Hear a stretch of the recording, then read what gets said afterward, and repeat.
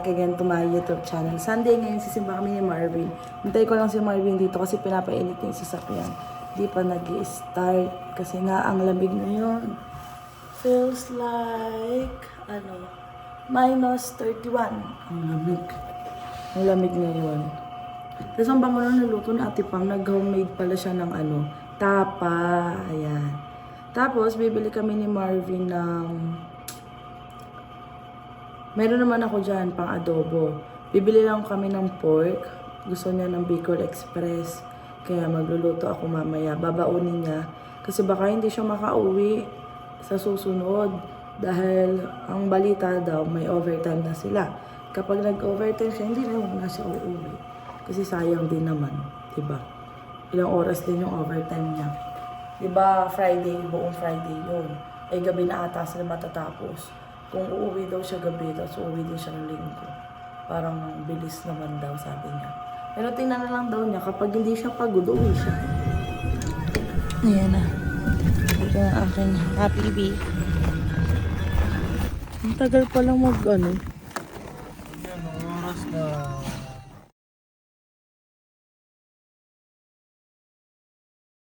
Si Marvin, guys, ako, papasok na muna tayo. Sabi niya kasi huwag na daw ako sa mama dun kasi malamig.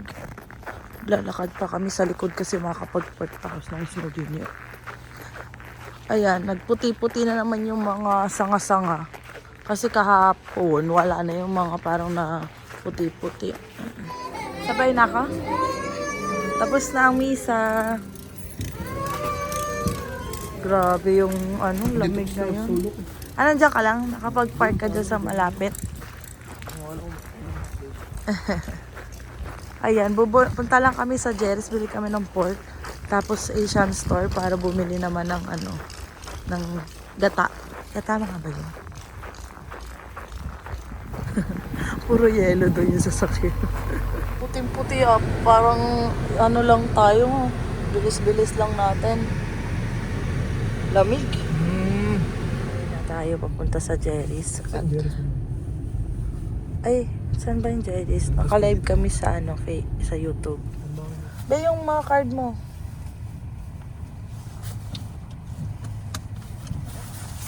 Ayan. Ang gwapo naman ang asawa ko.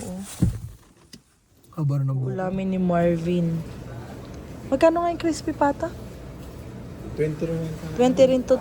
20 rin to, no? Itong pork. Anong tawag dyan? Pork chop? Charing pork chop. Ay, debit card ko ba nun dyan? Lecho. Mali TV lang live. Hindi ko yan. Lechong kawali. Lechong kawali pala to. Lechong kawali. Oh, lechong kawali pala. Lumabas si Marvin kasi naka-live siya may tugtog. Baka makapiright tayo. So ito, meron ditong gata. Ito ata yung ginagamay. Hindi ko alam. Sige, ito na lang. Kasi nakalagay namin coconut milk for cooking. Kaya ito na lang siguro yung kunin ko. Ito kasi hindi ko alam. Ayan lang kasi nakita ko. Wala nang iba. Palta natin. Kasi yung pinanood ko sa TikTok, cream yung ginamit niya. Milk kasi to. So dito tayo sa cream. Ay, yung mahal. $3.49. Wala bang mas mura? Milk din to. Milk. Ito cream. 5. Mas mahal naman to. Ay, kasi malaki to. Siguro pwede na to. Isang ganito. Ito na lang siguro yung kunin ko, dalawa. Hindi na tong malaki kasi baka masira lang yung pag binuksan natin. Tapos kukuha tayo ng alamang. Ay, alamang. Bagoong. Nasaan ang bagoong? Ito na yung pinakamura na bagoong. Kaya ito na lang bibilin ko. Tapos kuha na tayo ng mga siling haba. Ayan na guys, kumuha na tayo dito. Kaya alis na. So, ayan, nakalagay. Ay! Sarap mag-live TV yan. Tuwan-tuwa si Marvin mag-live kasi nga nakipagkwentuhan. So, ayan. Ito yung beef tapa na gawa ni Ate Pam. Homemade. Ang sarap. Kakain muna tayo nakalagay. Crystal and Marvin. Thank you talaga kay Ate Pam. Tsaka kay nakakagin kami itong bahay. Sarap kasi magluto. Yung TikTok lang. Ayan. Magluto tayo mamaya. Maya-maya. Kakain lang kami kasi gutom na kami. Nagigisa na tayo para to sa Bicol Express. Mamaya na lang yung adobo. Nagkakat si Marvin nung anong tawag yun? Lechong kawali. Na guys, tapos na yung Bicol Express. Ayan. Nakain na ni Marvin. Pang baon niya sa Ba't naman kinuha mo yung mga sili? Eh, mag-ano pa yun. I-absorb pa niya dun sa maanghang? Konti lang yan eh. Kala ko lalagyan ko pa, lalo nga anghang pala, no? Pero yun naman talaga daw, yung Bicol Express maanghang. Adobo naman yung kasunod natin lututuin, guys. Yung iba dyan, babaunin ni Marvin dito. Tapos yung iba dito sa bahay. Tapos adobo. Para dalawang klase daw ng ulam. Kasi baka hindi umuwi si Marvin sa susunod. At least meron siya daw naka-stock na ulam. Baka i-freezer na lang niya. Kasi yung iba namin kakailangan ni freezer nila yung ulam nila para hindi masira agad. Pero dahil adobo naman to, hindi naman to basta-basta daw nasisira. Kaya sabi ni Marvin, yung adobo na lang ang lutuin kong isang extra. Para itong week na to, yan ang ulam niya next week. Sunod na week, ito naman. Oh, is real. Ayan ang bit-bit ni Bebe. Ano yan? Yan lang ganyan. Ang dalawang ganyan. Ano mo na yung pang merienda mo, yung galing doon? Ano pang dadalhin mo pang merienda? Dala ka ng chocolate to para may Sorry, ano ka. doon nakabili. Oo nga. Madami na ba tayo dyan? Nabento mo yung iba? Doon sa sakyan. Ano sa sakit? Dadali mo? Sa Kipling? Oo. Lamang kami. Ayan, dadali na rin to ni Marvin. Di kasi nauubos dito. Baka masira lang. Tapos ito pa. Kaya ito nga siya dito. Sa si Marvin, guys. Grabe yung sikat ng araw. Ayan na si Marvin, guys. Tumatakbo na papunta dito sa sakyan. Ang lamig ngayon. Sakyan dito sa amin, mga nakasaksak na, oh. So, sobrang lamig. Ayan, guys. So, naka-display na to dito sa kwarto. Ang ganda. Regalo to sa amin ni Nurse Bay. Dapat yung ano daw namin, yung wedding namin na picture. Kaso nga, wala kami magandang kuha. Kaya ito na lang yung binigay ko. Oh, ganda naman. Hello, hello, hello. Happy Sunday to everyone. So, ngayon Sunday, sabi ko nga. Tapos, balik na ako sa Kipling. Ganun, nakabili isang araw. Ano siya, ang isang araw talaga. Kaya nga Sunday, hindi kasi baka kabalik ko lang ng Thursday ng gabi. Tulog na kinabukasan. May pinunta kami ni Crystal nun. Tapos, Saturday may pasok siya, sinundo ko siya, ganun. Napakabilis ng araw ba? 3 days na agad yung, pangatlong araw na agad yung ngayon. Mas maganda kasi kung panggabi ako na shift kasi kung panggabi ako shift, Friday uwi ko, tas Monday pa yung balik ko, mas mahaba-haba siya. Tas yun lang, tas ngayon, papagasala ako kaunti sa Costco. Kasi bawal, hindi makukulangan para hindi lang pagas dun. Ayun, kanina pala nag-live kami. Thank you sa mga nanood ng live nung nasa labas kami kanina. Ayun lang. Tapos next week, Friday, hindi ko alam kung makauwi ako kasi baka may OT kami. Kasi may nag-OT kami dun. Hindi ko alam kung ayun. Try ko umuwi kung pang umaga ako, pero pag panggabi, baka hindi na ako umuwi. Kasi nung oras na rin yung uwi ko nun. Yun lang guys, 5:08 na ngayon. Siguro makarating ako ng mga 7:30. Gaya ng last time. Tapos higa na lang ako. Tapos tulog na. Tapos ngayon, yun lang guys. So, ayan. Tapos na tayong, maglagay ng akik-ek sa mukha. Kaya makinang yung mukha natin. Kasi naligo na din ako. Ayan. Kaya ang buhok natin ay buhaghag. Day off naman tayo bukas. Si Marvin naman, safe naman siyang nakauwi. So, baka hindi na nga siya makauwi ngayon yung dadating na Thursday kasi baka mag-OT siya kaya nagluto na ako ng madami. Ayun, kasi syempre kailangan din namin yun eh. Yung OT kasi wala akong part-time. Ayun, nakakapanibago lang din kasi syempre yung sahod. Pero yung sahod ni Marvin, mas malaking sahod ni Marvin dito compare sa sahod niya nun sa Toronto. Ayan. Kaso yung sa akin nga hindi. Kasi naka-minimum lang ako. Tapos, doon sa Toronto, naka-2 trabaho ako. Kaya, malaki-laki yung sinasahod ko. Kaya nga si Ate Mary din eh. Naninibago siya kasi Ate Maan. Kasi nga, puro kami sa Ontario, puro naka-double job kami. Tapos yung isang, syempre, hindi naman naka-minimum yung sahod namin dun sa Toronto. Ay dito, kami, naka-minimum kami dito. Si Ate Mary, malaki din sahod niya kasi sa kitchen siya. Malaki ang pasahod din pag alam ko pag sa kitchen yung mga nagluluto. Tapos si Ate Maan, sa hotel sa Toronto, malaki din ang sahod ng housekeeping sa hotel. Dati nga gusto ko nga nag-apply nga kasi ako ng housekeeping kaya hindi nga lang ako matanggap kasi kailangan talaga may may backer ka din sa loob. Dapat bigatin yung backer mo doon para mabilis kang matanggap. Ayun. Eh na, nung gusto ko sa Marriott sana, mag-housekeeping noon. Kasi hindi tayo tinawagan, nagpasa ako ng resume. Pati nga receptionist nagpasa ako eh. Tapos ayun. Nakakaano lang din. Kaya nga gusto ko na mag-work pa ng isa pa kasi syempre parang nasanay din ako. Kaya lalo tayong tumataba nang nasa bahay lang. Pag uwi tayo, kain tayo, kain. Pero yun nga, binawasan ko na. Binawasan ko na yung kain ng kain. Sabi nga ni Ate Abby, ano nga daw, pumayat nga daw ako. O, di ba? Pumayat tayo. Kasi hindi na ako makain ng gabi. Tapos pag ang breakfast ko, tina lang ako. Tapos yung lunch ko, ayun, kain ako lunch. Tapos nag-dinner ako before 5. Oo. Basta hindi lalagpas ng alas 7 yung dinner ko. Minsan mga 6, ganyan. Tapos konti na lang yung pinipigilan ko talaga yung sarili ko. Yan, para medyo pumayat na tayo, mawala na yung taba. Pero sabi naman, medyo pumayat na nga daw ako. Wala na masyadong taba sa ganito ko. Kailangan na natin magpapayat. Nakaka-stress kasi din. Yung stress ka na, tapos, kasi, pag na-stress ako, kain ako ng kain. Hindi ko mapigilan, lalo na mag-isa pa ako dito. Sa bahay wala si Marvin. Hindi rin ako makagala kasi nanghihinayang ako dahil hindi ako naka-unlipas, guys. Dahil nga minsan nagka-carpool kami ang mahal.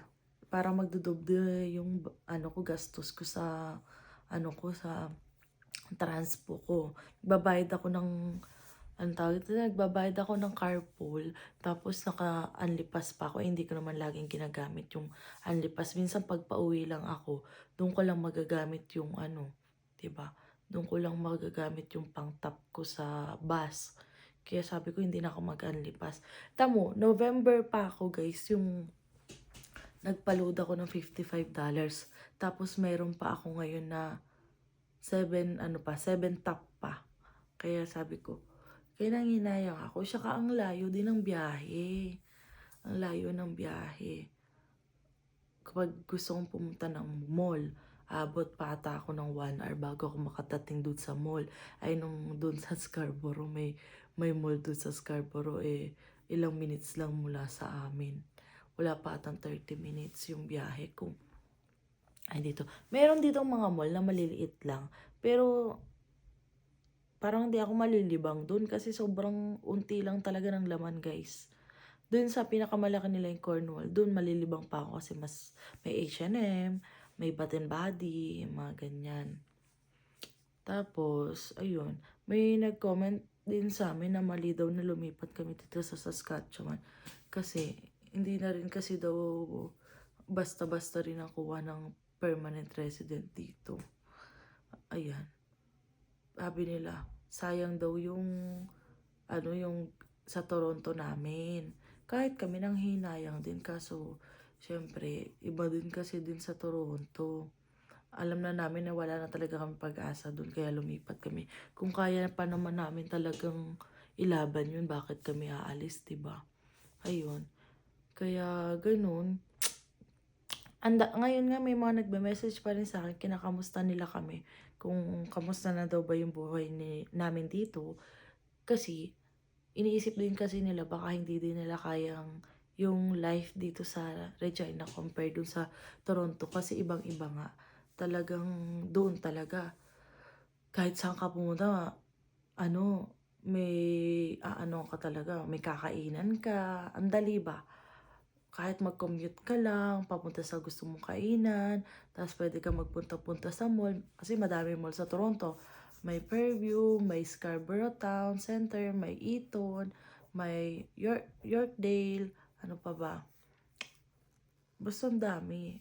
Talagang mamimili. Kaya nga nun kay ni Marvin, minsan nandun kami sa Scarborough Town, minsan nasa Eaton kami, minsan nag-Yorkdale kami. Kasi yung Yorkdale, ang ganda talaga.